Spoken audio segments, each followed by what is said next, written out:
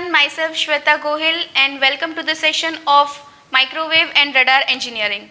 Today we will see transmission lines and its parameters. The contents are like transmission line definition. We will see different types of parameters which are related to the transmission lines. We will see different definitions of the transmission lines and we will see different types of transmission lines. Now let's see transmission line. The definition of transmission line says that it transmits energy from one end to the other. Like we can consider transmission lines are used to transfer energy from generator to the source. Now see, while transmitting or receiving the energy, we have to consider that energy transfer is done effectively without the wastage of power. So to achieve this, we have to consider some parameters of the transmission lines. The parameters of transmission lines are resistance, inductance, capacitance and conductance. And resistance and inductance makes transmission lines impedance. Capacitance and conductance makes transmission lines admittance. First we will see resistance. The resistance offered by the material out of which the transmission lines are made will be of considerable amount, especially for shorter lines. So as the line current increases, the ohmic loss, which we define by I square R, also increases. The resistance is given by the equation R is equals to rho L upon A, where rho indicates resistivity of the material, L indicates length of the wire and A indicates area of the cross section. Temperature and frequency of the current are main factors that affects the resistance of the line. Resistance of the conductor varies linearly with change in the temperature. Whereas frequency of the current increases, the current density towards the surface of the conductor also increases. Otherwise, the current density towards the center of the conductor increases. This means more the current flows towards the surface of the conductor, it flows less towards the center, which is known as skin effect.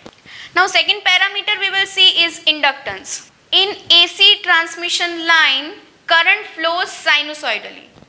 This current induces magnetic field perpendicular to the electric field, which also varies sinusoidally. This is well known as Faraday's law. The field effect, electric field, is shown in the figure. This varying magnetic field induces some EMF into the conductor. Now the induced voltage or EMF flows in the opposite direction to the current flowing initially. This EMF flowing in the opposite direction is equivalent shown by the parameter known as inductance, which we define by L and its unit is Henry. The other parameter is conductance. There will be leakage current between transmission line and ground and also between the phase conductors. This small amount of leakage current generally flows through the surface of the insulator. Inverse of this leakage current is termed as conductance, which we denote by G. The next parameter we will consider is capacitance. The voltage difference between the phase conductors gives rise to the electric field between the conductors. The two conductors are just like parallel plates and air between them becomes dielectric. This pattern gives rise to the capacitance effect between conductors. Now we will see important parameter which is termed as characteristic impedance. If uniform lossless transmission line is considered for a wave traveling in one direction, ratio of amplitude of voltage and current along that line which has no reflection is called characteristic impedance, which we denoted by Z0 and its equation is given by under root of voltage wave value with respect to current wave value, which is Z0 is equals to R plus j omega L upon G plus j omega C. Now any guesses why impedance matching is important in transmission lines? To achieve maximum power transfer to the load, impedance matching has to be done. To achieve this impedance matching, the following conditions are to be considered. Characteristic impedance should be equal to load impedance. It means Z0 should be equal to ZL.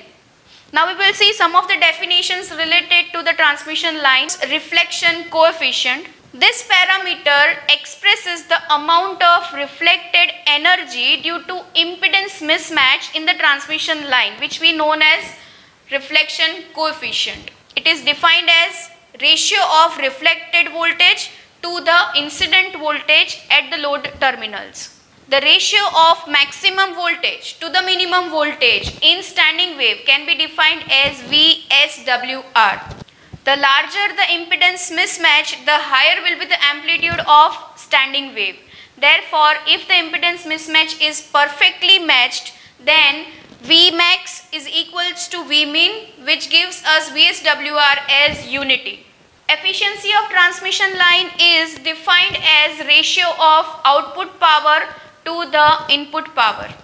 Voltage regulation is defined as change in the magnitude of the voltage between sending and receiving ends of the transmission lines. Reflection loss, the loss that occurs due to the reflection of the signal due to impedance mismatch of the transmission line is termed as reflection loss. Transmission loss is the loss which occurs while transmission through the transmission lines and which is represented in decibel. Next thing we will see is stub matching. First of all, we will see what do you mean by stub matching. See, if the load impedance mismatches the source impedance, the method called stub matching is sometimes used to achieve the impedance matching. The process of connecting sections of open or short circuit lines are called stubs, and they are shunt with the main line of some points or ports can be termed as stub matching. Basically, there are two types of stub matching implemented. Single stub matching, in which single stub of certain fixed length is placed between some distance of the load and it is used for fixed frequency. Because of any change in the frequency, the location of the stub has to be changed. This method is not suitable for coaxial lines. The second method is double stub matching, in which two stubs of variable length are fixed at certain positions. As the load changes, only the length of the stubs are to be adjusted to achieve the impedance matching. This is widely used in laboratory practices as a single frequency matching device. Okay, now we will see types of transmission lines. The conventional open wire transmission line are not suitable for microwave transmission as the radiation loss will be very high. At microwave frequencies, the transmission lines employed will be broadly classified as multi-conductor lines, single conductor lines, and open boundary structures. Multi-conductor lines includes coaxial lines, strip lines, microstrip lines, slot lines, coplanar lines, etc. Single conductor lines, which is known as waveguides, includes rectangular waveguides, circular waveguides, elliptical waveguides, single ridged waveguides, double ridged waveguides, etc. And the third one, open boundary structures, includes dielectric rods and open waveguides, etc. These are some diagrams of coaxial lines, strip lines, slot lines, etc. So that's all with the session of transmission line and its parameters. See you in next session. If you like this video, please subscribe and like our YouTube channel LJPEC-ELE, and don't forget to click on the bell icon to get latest video update fast.